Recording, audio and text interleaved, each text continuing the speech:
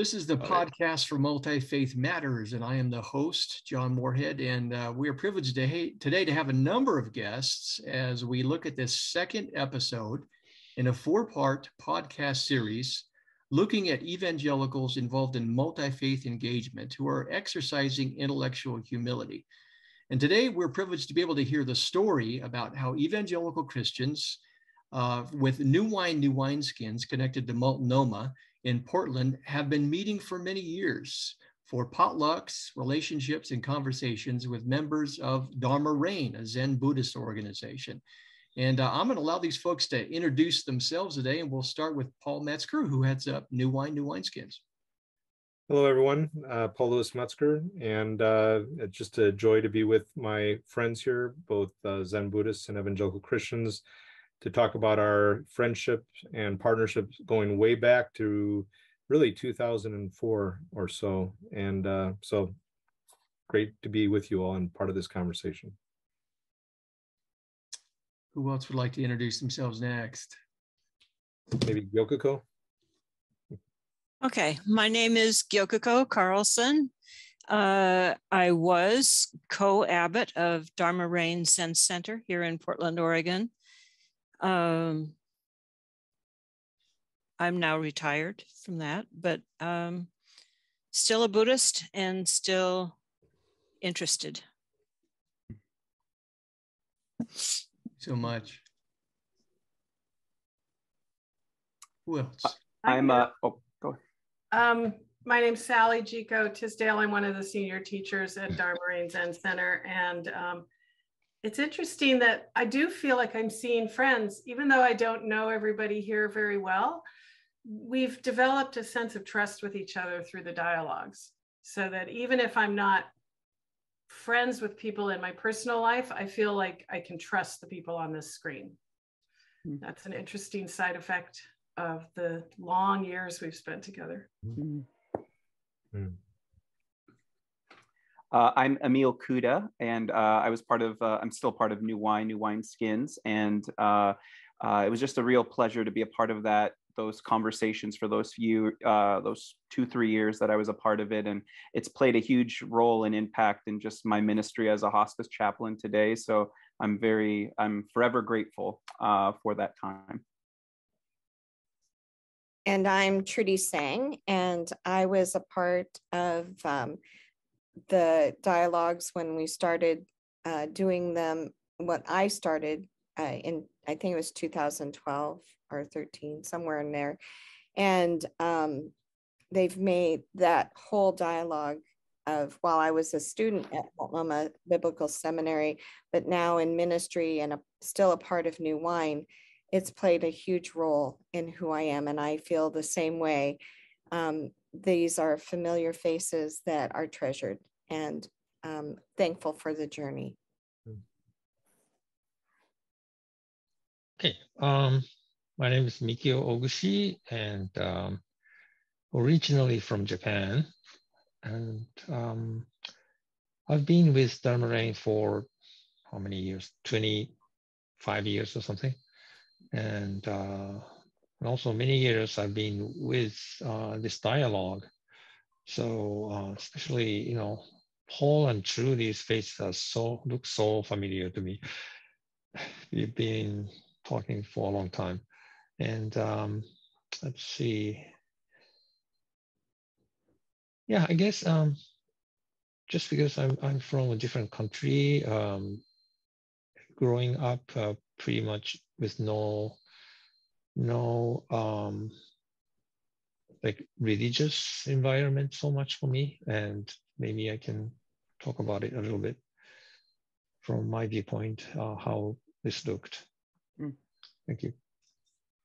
Well, thank you all for introducing yourselves. We're not going to focus in this conversation on your origin, how you came together, but we do need that as a little background. We'll include a link in the podcast notes to a podcast conversation that I had with Kyogen and with Paul shortly before his passing, where they share their experiences. But Paul, perhaps you and Gyokoko can talk about how this fantastic meeting of individuals began. How did it come together? Gyokoko, would you like to start or should I? Paul, because you and Kyogen were at that meeting with the police that set the whole thing off, I think you should start. Okay, thank you. So Gyokoko's late husband, spouse, Kyogen Carlson, was founding co-abbot with Gyokoko at Dharma Rain Zen Center. Kyogen and I met one another through an initiative by an organization that came in to try and bring some kind of understanding and peaceableness to a very difficult situation in Portland, a lot of upheaval surrounding the fatal shooting of an African-American woman, Kendra James, by a white police officer. And so this organization came in to bring police union reps, police officers, religious leaders, and the like together from various backgrounds. And there were several groups that met, and Abbot Kyogen Carlson and I were part of the same group.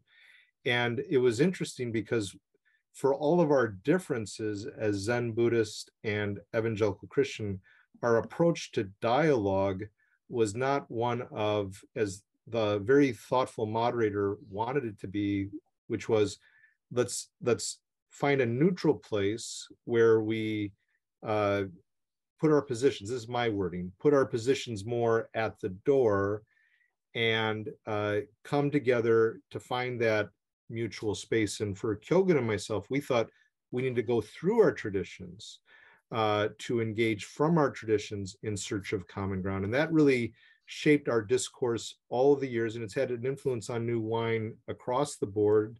And that is to go through our convictions, not around them, nor to stop short, as fundamentalist Christians tend to do, to stop short until people convert, and then we'll have the discussion. Or more liberal trajectories often tend to be about leave your convictions at the door and find neutral space. Ours was Zen Buddhist and Evangelical Christian go through those convictions rather than around and stop short. And so that led to Kyogen inviting me many months later, in the midst of tensions with evangelicals in the city and nationally, with the same-sex ballot measure going the direction of more in Oregon toward simply heterosexual couples. It was a ballot measure in voting in 2004, and then President Bush won re-election in that same cycle. And people were upset more in the liberal community. And he asked me if I could come and speak, bring some of my students with me to come and share on what does compassion look like amongst evangelical Christians, and to share from my tradition. And we did a potluck. And so I just wanted to pay tribute right at the outset to Kyogen, because talk about intellectual humility. It wasn't saying, okay, prove to me you have in your tradition intellectual community or intellectual humility or compassion, but what does it look like? It was a very inquisitive approach and a very welcoming approach, and to have a potluck where those discussions could be made. And I remember Sally Gico Tisdale, who's here, writing an article in the Tricycle magazine as a very distinguished author, and she wrote on our fellowship, the beloved community, the odd couple is what Kyogen and I were understood to be. Which one of us was Felix, which one of us was Oscar, I'm not sure, but she said in that article that both evangelicals and Buddhists, like, you like noodle salad? Well, we like noodle salad. And we found out some things about, for all of our differences, she said, Buddhists found out that we actually were smarter than they thought. And we actually thought that Buddhists were more funny than we had thought. And so a lot of walls came down. It was Kyogen's initiative. I have to say that Kyogen's initiative that's really shaped all of this. And while he's passed away many years now, that was actually the day before his passing, John, that we had that recorded interview. He still speaks today, very much so, in shaping me and shaping our friendships and partnership and beyond. Thanks, Paul. Gyokoko, did you want to add anything to that? I think he said it very well. I think it might be good to clarify when Paul speaks about going through the tradition instead of going around it. I think it's important to recognize that going through it means to truly be centered in not just beliefs as they have been force-fed to you, but what you have truly clarified in your heart of hearts. And when you're centered in that, and then you speak from that, you're not trying to convert anybody, but you are speaking a wholly realized truth as you see it. And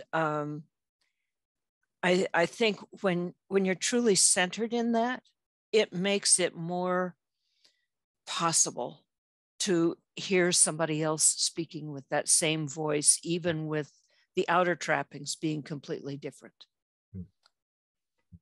To kind of use that as a jumping off point, it's a question for anybody to respond to. When you speak of a centeredness and working through your convictions, do you have a sense that what folks on both sides of this conversation were doing was there was a non-defensive posture?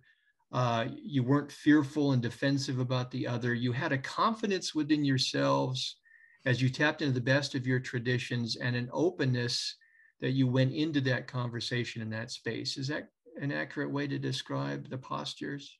Let me grab that, because I started with the dialogues in the very early years and have come back and forth over many years. So I've seen a lot of our members from the Buddhist side go through these dialogues. And some of them were people who had been raised evangelical or conservative Christian and felt deeply injured by it. We had a number of people who identify as gay, bisexual, non-binary, and so on, who had felt very injured by their upbringing, by the shaming that they felt from their communities. So they were afraid going into these dialogues. They were reluctant. And they did come in defensive and protective of themselves. And it was a big ask for them to enter into this dialogue with a community that they felt had traumatized them.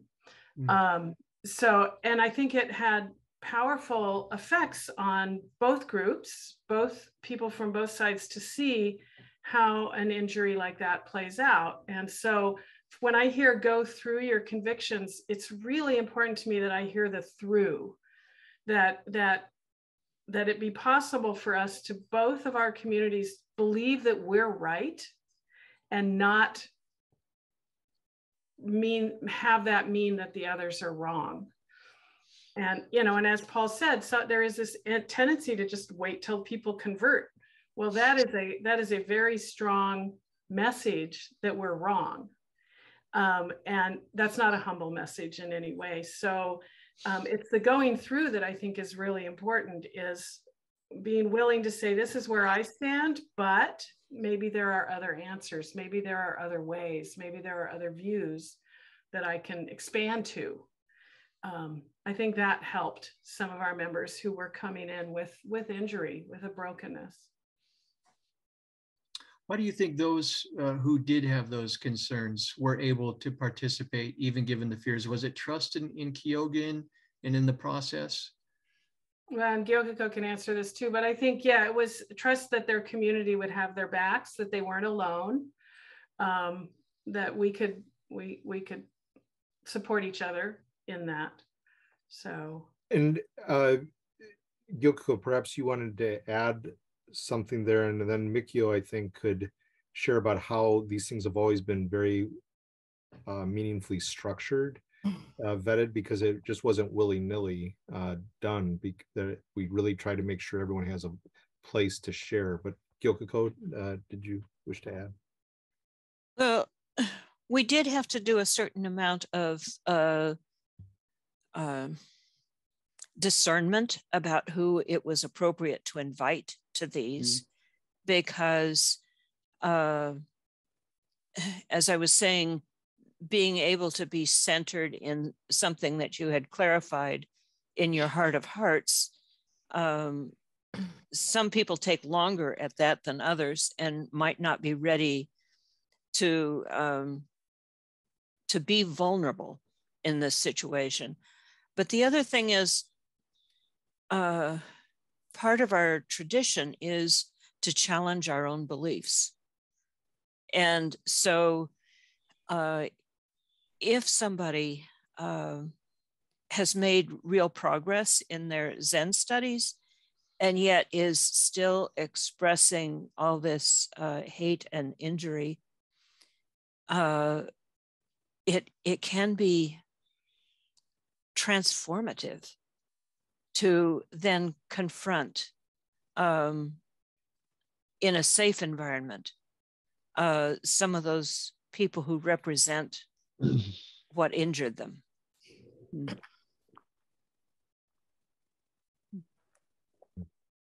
Mikio, did you have something to add to that? To me, not so much of a different religious background. I really noticed that people really cared what others were feeling. That's my experience throughout this interactions. That so, like if somebody's gay, I could see that the evangelical participants were, what's the word? I don't know the good word for that. I guess careful is one word to say it, but it's also, it's just that the room had the air of care. And we knew that, many evangelical people are not like, theoretically not approve of that kind of being in the world, but so there's that. So that part is almost, to me, it's like really, really basic human caring between people. And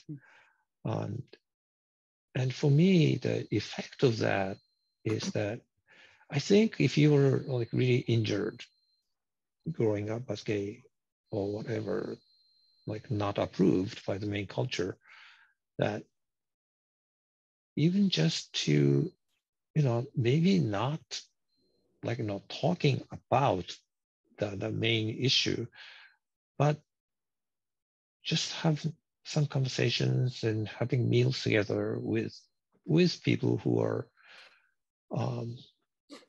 because of the situation you really haven't been in touch with, actually was helpful. Not necessarily, we are saying to each other what you want to hear. It's not like that, but yes, just to talk about the food and this is good. Oh, this is pretty tasty potato or whatever. That actually, I've seen that so many times that seemed really helpful. So on the evangelical side, what kinds of feelings and experiences were you looking for? What did you bring into these meetings? Well, for me, my husband is Chinese and his family had a lot of Buddhist presence, although it's not Zen Buddhist. I felt too, the first year that I was involved in the dialogue meeting and potlucks, it was hard because to bring the awareness of the woundedness and the pain that was experienced by many of the Zen Buddhists was a real awareness and wake up, because understanding and listening to the issues that they've confronted with some of the conservative evangelicals in their lives was heartbreaking. And I had to sit with that. And so I had to sit and listen and hear how devalued, many of them had felt in different circles. And I think it's still a learning process of learning to listen well, and to still in the midst of differences or ideals, that we can share that equal value to the other person. And so I think the idea that we can see each other as valued was huge, and valuing each other even though we're different in some ways, but yet understanding some of our common ground.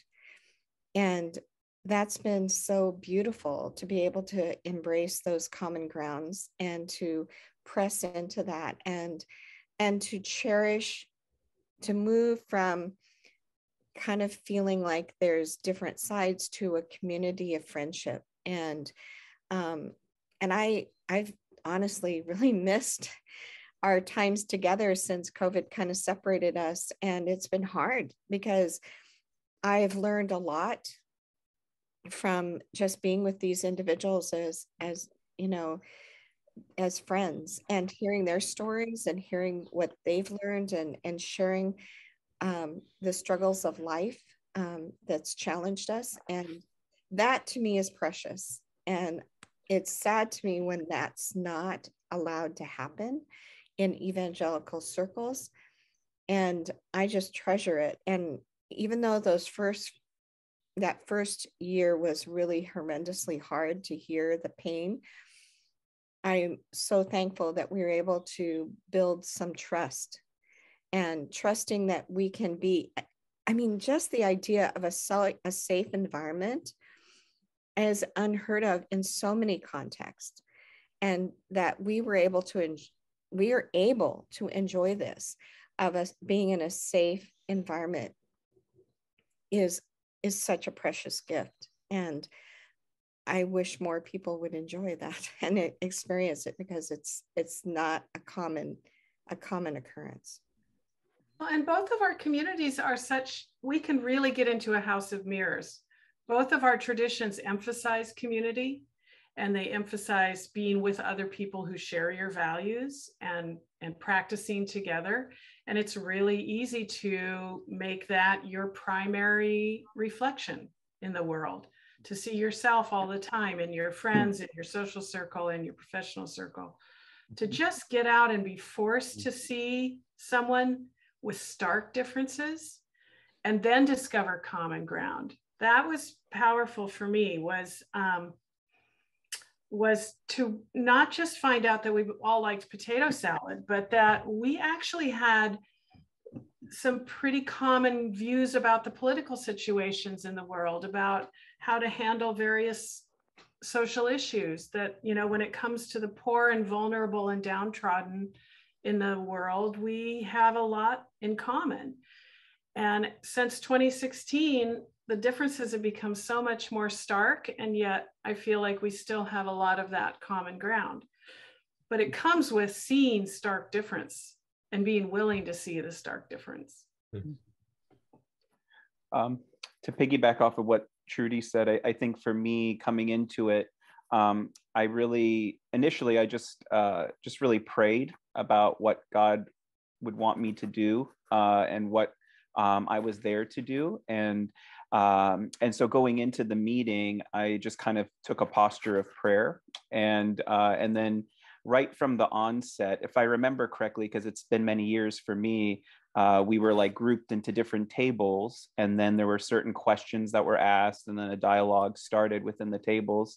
And I remember kind of what Trudy was saying, that one of the first questions was kind of directed about like just spiritual pain, and then just hearing people's stories about their pain within the evangelical Christian community. And in some ways I could relate to some of it because I've experienced some of it myself. And but in other ways I couldn't relate at all.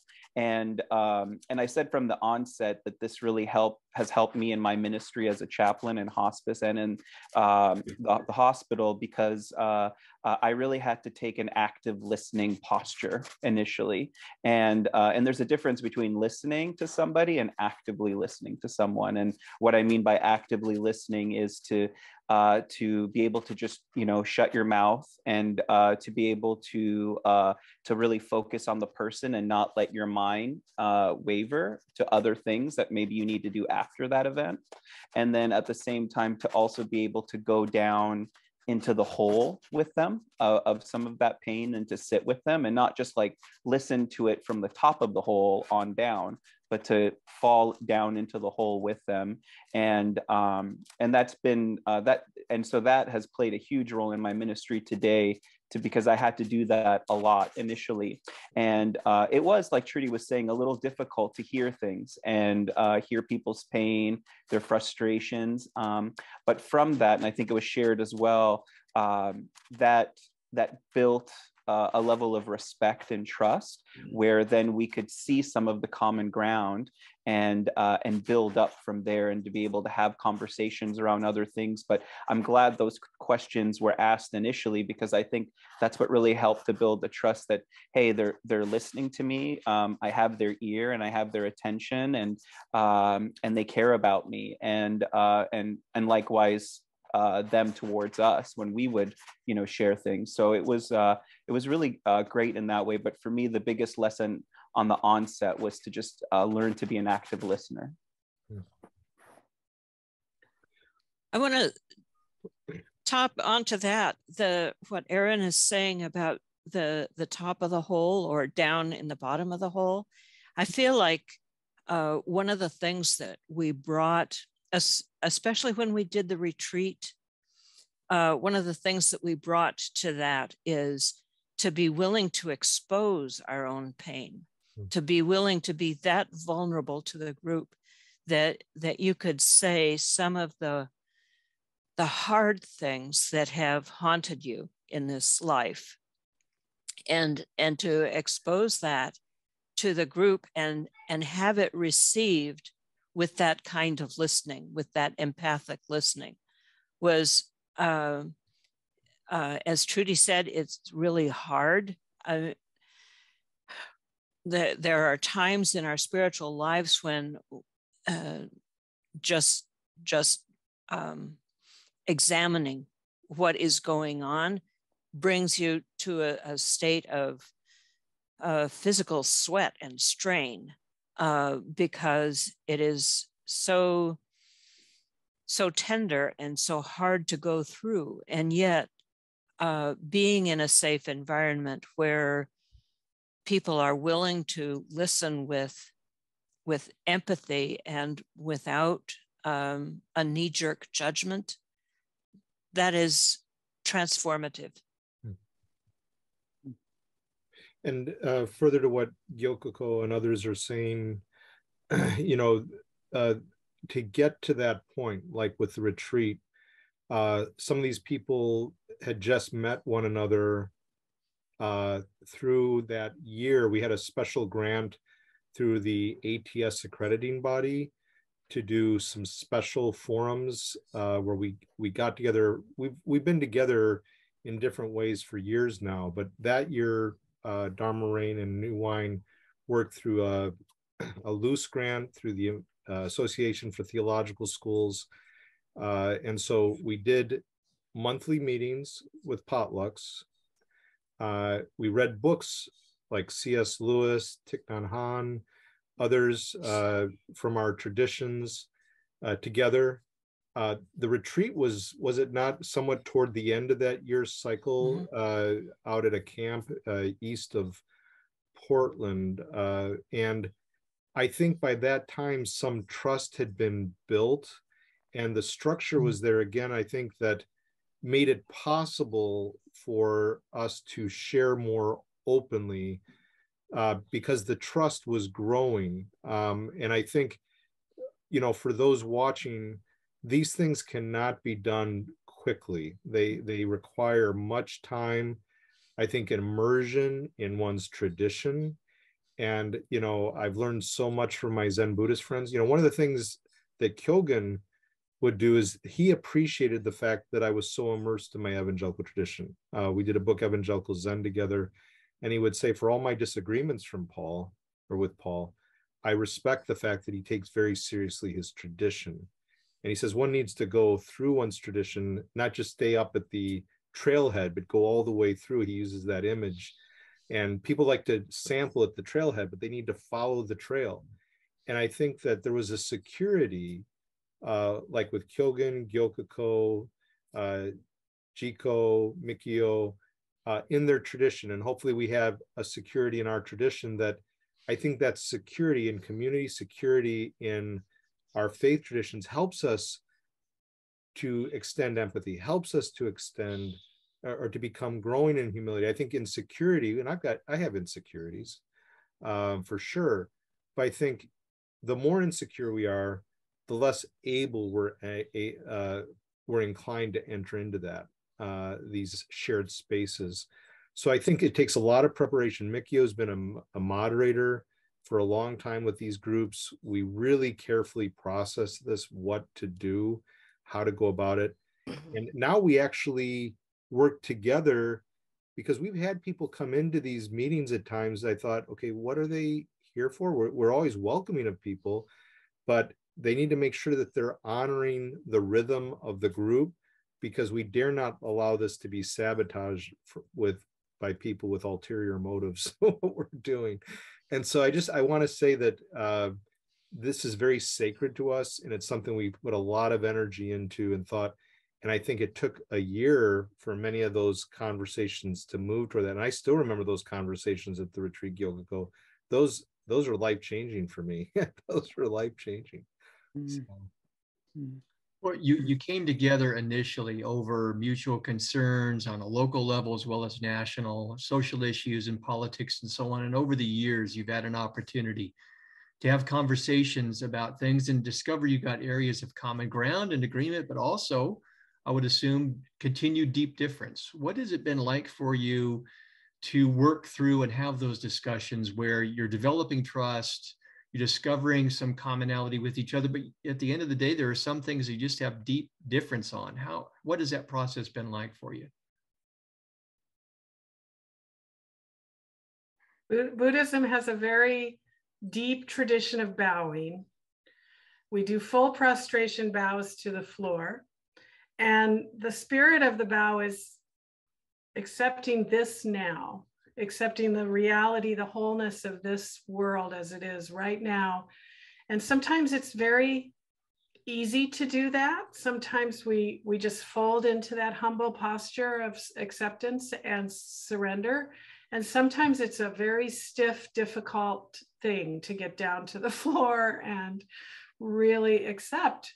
So, we teach that you bow. Part of that bow is bowing with whatever resistance you have. So to me, that's how we live with each other's stark differences. Is this too is part of my world. I could live in that house of mirrors and not have to look out and meet people who disagreed with me or voted differently or lived by different morals, or I could accept the fact that that's my world too, and be open to the wholeness of that world, which is that Paul and I are good friends and I trust him, and we feel very differently about some things and very similar about other things, and that's my world too. Does that make sense? It's a continual bow of awareness and acceptance of the world as it is, which is full of both conflict, but also trust. One of the things that Paul and Kyogen used to joke about, but is also very serious, is that we are aware that in the evangelical world, in particular of Christianity, but in general in Christianity, those of us who don't accept Jesus Christ as our personal primary savior are doomed to go to hell, and we don't accept that. And it stays there kind of sometimes in the background and sometimes voiced outright, but it's there and we live with it. Yep. One it's of part the of things, that beloved community that I know you all want to save me, and I feel saved already, and that's where we just part ways. And I think with what's being shared, you know, conversion happens in a variety of ways. And we talk about intellectual humility. One of the things I try and encourage my students in world religions class, I every year when I'm teaching the course, I'll mention my abiding friendship with Kyogen. You know, my son Christopher endured a catastrophic brain injury in January 21. He's minimally conscious. We're seeing very, very slow signs of progress. I remember when Chico and I got together for lunch in McMiniman's last summer or so, she said, I would assume that, Paul, you really wish Kyogen were here, you know, just as a solace, a journey partner. And I said, absolutely. And in some ways, Kyogen is here. And I would say to students, you know, I hope that we go through spiritual vertigo in this course and in life, the tensions. And I think that's part of maturity, to live in tension. It's not always bad to live in tension. I said, how can someone be so profound as my friend Kyogen, Abbot Carlson, and we're so worlds apart in terms of our metaphysical outlook and the like? And I said, that's a reality. And I think it's easy for us to either dismiss our truth claims, whatever they might be as claims, or dismiss the person before us as profound. I said, I've rarely met Christians this profound, and that messes with me. And I think I want to be messed with. And I think that to me is part of maturity. And I think that's part of the intellectual humility. There's an elasticity, not where we become fuzzy and such. I mean, Chico, I loved it when you said at the Powell's book reading for Evangelical Zen, because Kyogen had passed and you very graciously agreed to read his portion at Powell's. And you said, Paul, and I think we're right, and I loved it. I loved it because there is this, and you were saying it with, you know, a bit of banter, but these are friends who hold very seriously their convictions with humility, but hold firmly to their convictions. I think that makes for a better discourse, a better dialogue. So there is that tension, some deep tensions on a variety of subjects, but there is a security that there is trust, and there's even pain in holding these positions for us as evangelicals that we don't discount. And I think I want to keep living in that tension, but with trust, deep trust, and security. I think you figured out that we want to save you too. You do, and I love it. I actually love it. One thing I was going to add too is to that question, John, is that, you know, for me, I see everyone as created in the image of God. And so we all get to reflect his beauty and his light. And so for me to be able to see people's light and their beauty, whether they agree with my convictions or not, you see God in them, you see their light in them, and you celebrate that, you know, and you learn from that too. You try to see their light and their beauty and challenge yourself to ask, man, I want that aspect of God's light in them, you know, how can I learn from that, you know? And that's where the life on life contact comes in, you know, and that's where you build trust and love with one another. So even though your convictions might be different, you care about each other on a deep level. You know, one of the social workers I work with, we've known each other for 6-7 years, and she's a fairly devout Buddhist, and we, like we were just talking about, we have very different ideas of like just the metaphysical, as Paul mentioned, but there's so much respect and love that we share with one another that that though there are those stark differences and stark outlooks that we might have different convictions about, we care about each other on a deep level, and we'll do anything for each other. And there's just a lot of trust that's there.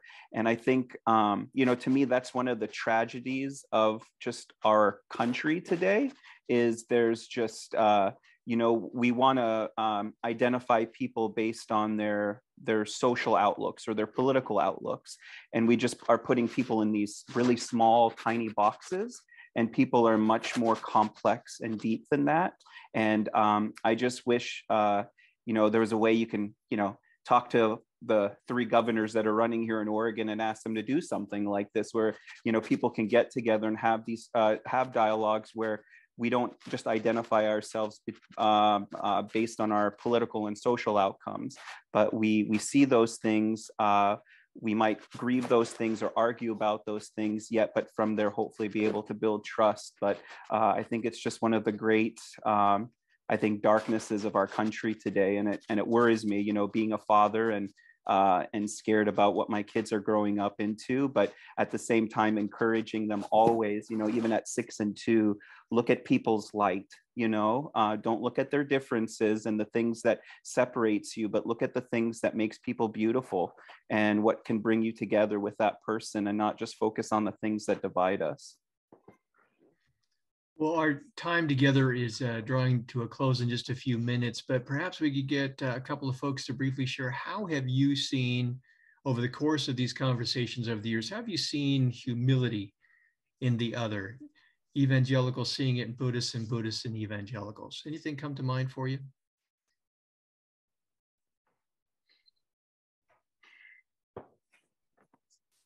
Rudy, do you want to share?